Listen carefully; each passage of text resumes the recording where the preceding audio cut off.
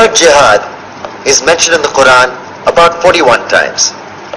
The words mercy, peace, and compassion are mentioned about 355 times. Yes, come in.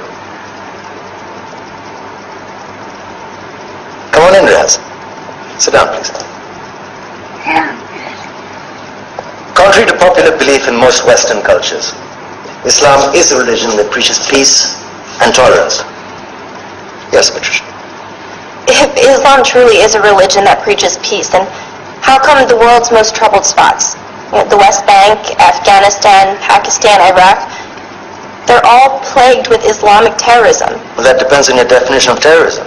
Some might argue that the U.S. invasions of countries like Iraq and Afghanistan are also acts of terrorism. No, those were acts of war to get rid of despotic regimes. Or a means of getting at a country's oil. Conspiracy theories. Well, may I? Yes, please. Go ahead, Riaz. Mr. Khan is right. I mean, if we're talking about terrorists, the world's biggest terrorists are the white superpowers. Come on now. No, really, stop and think about it. Explain 9/11. Okay. Do you know how many people died in the Twin Towers strike? Around 3,000. And do you have any idea how many people died in the bombing of Afghanistan? Take a wild guess. More than 15,000 people died. And that's just conservative figures. About 50,000 tons of explosives were dropped on innocent civilians. Men, women, children. Yeah, but that was because of the Taliban.